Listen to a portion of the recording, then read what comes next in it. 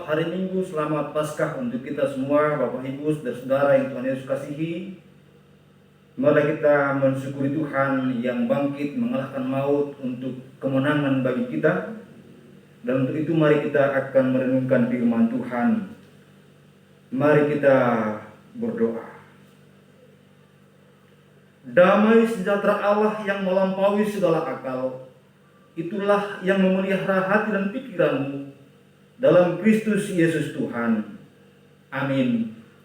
Firman Tuhan bagi kita pada Minggu Paskah hari ini terambil dari surat Paulus kepada jemaat di Korintus pada 1 Korintus 15 ayat 12 sampai dengan ayatnya yang ke-19. Demikian bunyi firman Tuhan bagi kita dengan judul perikop Lembaga Alkitab Indonesia, Kebangkitan Kita. Jadi bila mana kami beritakan bahwa Kristus dibangkitkan dari antara orang mati, bagaimana mungkin ada di antara kamu yang mengatakan bahwa tidak ada kebangkitan orang mati? Kalau tidak ada kebangkitan orang mati, maka Kristus juga tidak dibangkitkan. Tapi andai kata Kristus tidak dibangkitkan, maka sia-sialah pemberitaan kami, dan sia-sia juga kepercayaan kamu. Lebih daripada itu, kami ternyata berdusta terhadap Allah. Karena tentang Dia kami katakan bahwa Ia telah membangkitkan Kristus, padahal Ia tidak membangkitkannya. Kalau andai kata benar bahwa orang mati tidak dibangkitkan, sebab jika benar orang mati tidak dibangkitkan, maka Kristus juga tidak dibangkitkan. Dan jika Kristus tidak dibangkitkan, maka sia-sialah kepercayaan kamu dan kamu masih hidup dalam dosamu. Demikian binasa juga orang-orang yang mati dalam Kristus. Jikalau kita hanya dalam hidup ini saja menaruh pengharapan pada Kristus, maka kita adalah orang-orang yang paling malang dari segala manusia. Demikian jauh pembacaan firman Tuhan bagi kita, yang berbahagialah setiap orang yang mendengar dan melakukan firman Tuhan. Tema kita pada hari ini adalah tema sentral, yaitu Paskah. Bapak Ibu saudara-saudara yang terkasih nama Tuhan, kata Paskah itu dari bahasa Ibrani Pesak atau dari bahasa Yunani Topaska. Artinya sudah lewat, sudah lalu. Jadi kata Paskah ini ibarat seorang yang mendayung perahu melewati lautan dengan ombak yang begitu besar. Maka tatkala dia sudah melewati tantangan ombak yang besar itu dan dia berhasil mengarunginya, maka dikatakan Paskah. Atau seorang pendaki gunung yang melewati gunung yang terjal dan bahkan juga jalan yang licin, dan setelah dia melewati semua tantangan itu, maka disebut Paskah. Atau orang-orang yang dalam pergumulan dan tantangan hidup yang berat, dan setelah melewati semua tantangan hidup yang berat itu, maka disebut Paskah. Bagi orang Yahudi, mereka memaknai Paskah ketika mereka mulai mengingat kembali bahwa mereka telah terbebas dari perbudakan di Mesir. Dan ketika mereka sudah berada di tanah atau negeri mereka, tanah Kanaan, mereka selalu memperingati Paskah setiap tahunnya. Mereka selalu memakan roti tidak beragi dengan gulai pahit, mengingat bahwa pahitnya perjalanan hidup mereka tatkala mereka dalam perbudakan di Mesir. Dan mereka memakan roti tidak beragi dan menggambarkan bahwa situasi itu adalah situasi yang begitu cepat dan begitu tanpa persiapan yang matang untuk mereka pergi. Adalah suatu peristiwa yang tiba-tiba, bahkan sampai roti tidak ditunggu lagi sampai mengembang. Adonan yang mungkin sudah disiapkan bahkan dibakar di perapian tidak ditunggu lagi sampai mengembang dimakan. Itulah gambaran roti tidak beragi. Saudara-saudara yang terkasih dalam nama Tuhan, itulah sebabnya bahwa setiap setahun sekali bangsa Yahudi selalu memperingati Paskah, mengingat bahwa mereka telah keluar, telah lepas, telah melewati. Dengan arti Paskah itu sendiri, lewat, telah melewati perbudakan di Mesir dan telah melewati segala macam tantangan ketika mereka keluar dari Mesir. Tanpa intervensi Tuhan, tanpa pertolongan Tuhan, itu mustahil terjadi. Karena ketika mereka keluar dari Mesir, mereka memiliki hambatan yang sangat luar biasa besarnya. Mereka dikejar oleh tentara Firaun.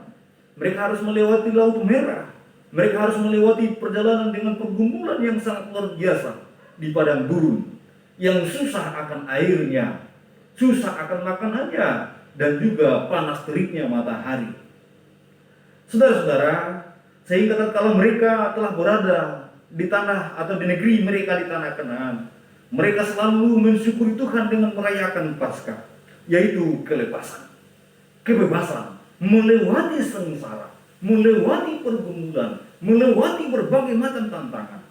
Mereka merayakan dengan sebuah hari yang mereka sebut dengan Paskah. Saudaraku yang Tuhan Yesus kasihi, demikian pun dengan kita, bahwa di hari-hari ketika kita merayakan Paskah, kita mengingat akan kemenangan Kristus yang melewati maut, atau yang telah mengalahkan maut. Saudara dapat bayangkan bagaimana situasi tatkala murid-murid di Sabtu pagi setelah Jumat Agung, di mana Kristus disalibkan. Di Sabtu yang hening itu mereka mungkin merenung, dan itu suatu masa yang teramat sulit bagi mereka. Dan ketika masuk di hari baru, di hari kebangkitan, di hari Paskah, maka akan ada sukacita yang sangat luar biasa karena maut telah dikalahkan. Saudara yang terkasih dalam nama Tuhan, tanpa Tuhan maka Paskah tidak mungkin ada. Dan ini adalah suatu keunikan dan juga keistimewaan iman Kristen. Saudara boleh memahami bahwa semua pendiri agama telah pergi dan telah meninggalkan dunia. Tak satu pun di antara mereka yang bangkit dan hidup. Hanya Kristuslah yang telah mengalahkan maut. Dan Paulus kepada jemaat di Korintus berkata bahwa tanpa kebangkitan itu maka sia-sialah kepercayaan kamu. Sia-sialah berita Injil disampaikan. Karena jika seandainya ada orang yang rela mati tetapi tidak bangkit, itu hanya menunjukkan kasih, tetapi kasih yang tidak berkuasa. Tetapi Kristus telah menunjukkan kuasa yang sangat luar biasa yang menaklukkan maut, yang telah menaklukkan dosa, sehingga dengan demikian dia hidup agar kita memiliki hidup. Bahkan oleh Rasul Paulus mengatakan kepada kita dalam surat Roma pada pasal 8, dikatakan bahwa kita adalah orang-orang yang lebih daripada pemenang, more than conqueror. Saudara yang terkasih nama Tuhan, tanpa Tuhan bangsa Israel tidak akan pernah bebas dari perbudakan di Mesir. Dan tanpa Tuhan mereka tidak akan pernah mampu melewati pergumulan tantangan perjalanan hidup selama 70 tahun dalam perjalanan pengembaraan. Demikian pun kita, tanpa Tuhan kita tidak akan mampu menaklukkan atau mengalahkan kuasa dosa, kuasa maut yang diarahkan, yang menjadi milik orang yang harus mendapat hukuman, itu orang yang berdosa seperti saudara dan saya. Yesus telah menunjukkan kemenangannya. Yesus telah menunjukkan kuasanya menaklukkan maut bagi saudara dan bagi saya. Saudara-saudara, Paskah membawa kita keluar dari perbudakan dosa, sehingga kita yang tadinya adalah orang-orang yang diperbudak oleh dosa, yang hari-hari hidup kita dikuasai oleh kuasa dosa, sekarang kita mendapatkan kemenangan di dalam Kristus Tuhan. Demikian pun juga bahwa Kristus telah memberikan kemenangan itu bagi kita, sehingga Ia yang bangkit itu juga membangkitkan kita, sehingga Ia yang bangkit itu memberikan harapan yang baru bagi kita, sebagaimana telah kita bacakan kepada kita pada hari ini, bahwa jika tanpa Dia maka sia-sialah iman kita dan sia-sialah kita percaya. Saudara-saudaraku yang Tuhan Yesus kasihi, ingatlah bahwa semua tokoh, sebagaimana telah saya sampaikan di awal, semua pendiri-pendiri agama telah mati, tetapi semua mereka tidak ada yang bangkit. Kebangkitan Paskah adalah suatu menjadi perdebatan besar bagi dunia. Para ilmuwan menelitinya tetapi tidak pernah memberikan kesimpulan. Agama-agama lain berkata itu mustahil terjadi. Mereka menolak tentang berita Paskah. Mereka menolak tentang kebangkitan Tuhan yang mengalahkan maut. Karena memang satu-satunya dalam sejarah Dialah yang dapat mengalahkan dosa. Mungkin saudara boleh memahami bahwa Lazarus dibangkitkan, tapi Kristus membangkitkannya bukan dalam konsep dia atau Lazarus telah menaklukkan dosa. Kristus membangkitkan dia menunjukkan bahwa Kristus berkuasa atas kehidupan. Saudara-saudara yang terkasih nama Tuhan, di hari Minggu pagi itu atau Paskah pagi itu, murid-murid masih berdiam diri dengan rasa takut. Mereka bersembunyi di ruang-ruang atas. Para perempuan salah seperti Maria Magdalena dan juga Maria yang lain pergi ke kubur itu mencari untuk merempah-rempah dia. Mereka tercengang ketika mereka melihat pintu kubur itu telah terbuka.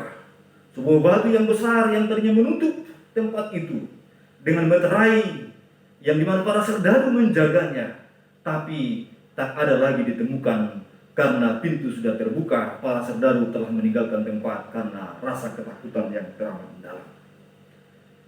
Murid-murid mendengarkan berita itu, mereka bersuka cita. Jadi Paskah membuat suatu sukacita besar bagi saudara dan bagi saya. Paskah adalah suatu kebahagiaan karena hutang dosa kita telah dilunasi dan kita dinyatakan hidup dan menang bersama dengan Kristus Tuhan. Saudara-saudara yang terkasih nama Tuhan, Paskah itu berarti juga bahwa segala pergumulan dapat ditanggung dalam Kristus Tuhan. Tantangan seberat apapun dapat ditaklukkan oleh Dia. Paskah itu juga berarti bahwa yang mustahil menjadi dapat terjadi, yaitu tidak ada yang mustahil bagi Allah. Yang sebelumnya orang-orang berpikir itu sesuatu yang sulit, sesuatu yang tidak mungkin dapat dipahami dan tidak mungkin dapat terjadi, tetapi bagi Tuhan tidak ada yang tidak mungkin. Saudara-saudara yang terkasih nama Tuhan, maka nikmatilah kebahagiaan Paskah dan sukacita Paskah pada hari ini, karena Kristus yang telah menang untuk kemenangan saudara dan saya. Dan itu harus selalu ada dalam kehidupan kita, untuk kita menjalani hari-hari hidup yang mempermuliakan Tuhan. Oleh karena itu, saudara-saudaraku yang terkasih nama Tuhan, jangan mau lagi diperbudak oleh kuasa dosa itu. Jangan mau lagi diperbudak oleh rasa takut. Jangan ragu dan jangan bimbang lagi mengiring Tuhan dalam kehidupan ini. Karena Tuhan yang menang memberikan saudara kemenangan, bahkan dikatakan lebih daripada pemenang. Selamat Paskah untuk kita semua, dan marilah kita datang kepada Tuhan di dalam doa. Bapa yang Maha Baik, kami bersyukur kepada Tuhan di hari ini. Kami merayakan Paskah ketika Kristus telah bangkit dan menang bagi kami.